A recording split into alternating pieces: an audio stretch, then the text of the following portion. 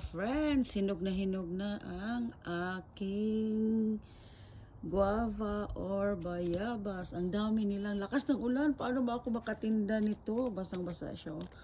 Bukas. Ayan pa oh, lalaki. Ang dami.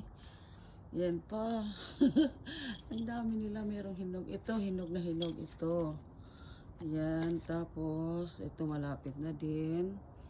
Tapos yun. Tapos maraming bunga. Ito eh. Kaso lakas ng ulan. Ay, kukunin ko pala yun oh, kasi hinog na din.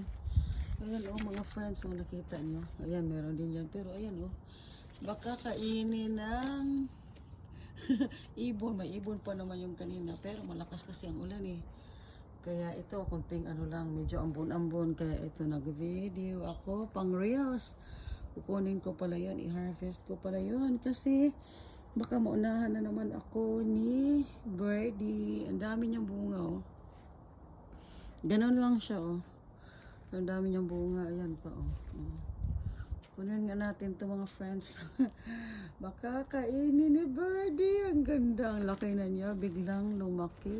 Ito ang ganda oh. Tapos para matakot si Birdie, meron ako artificial na ahas. Snake. Ayan.